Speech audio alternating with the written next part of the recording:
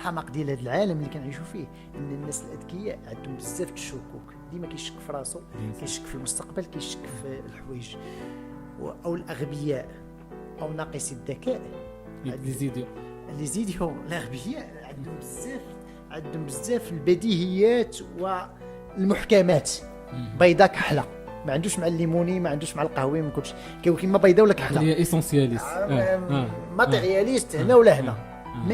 الحياه ماشي هنا ولا هنا، الحياه فيها بزاف د الحوايج، والحقيقه كتغير مع بزاف د الحوايج، لان لو كونتكست شي حوايج اللي تقدر تقولهم اون اوف ما تقدرش تقولهم اون وشي حوايج الحقيقه كتبدل على حسب الموقف وعلى حسب كاين واحد الحقائق وواحد القيم واخلاق ما كيتبدلوش باش يكونوا واضحين، ولكن كاين شي حوايج اللي تقدر تقولهم هنا وما تقدرش تقولهم هنا، وشي حوايج اللي غنقولهم انا دابا من بعد 5 سنين ان شاء الله ونجلسوا هذه الجلسه انا وياك ان شاء الله نقدر نقول لك راه كنت قالك في القضيه وانا راه كنتعلم، ما نربطوش راسنا بديك القضيه ديال هذا راه كحل هذا راه ابيض، كايناش هذه القضيه.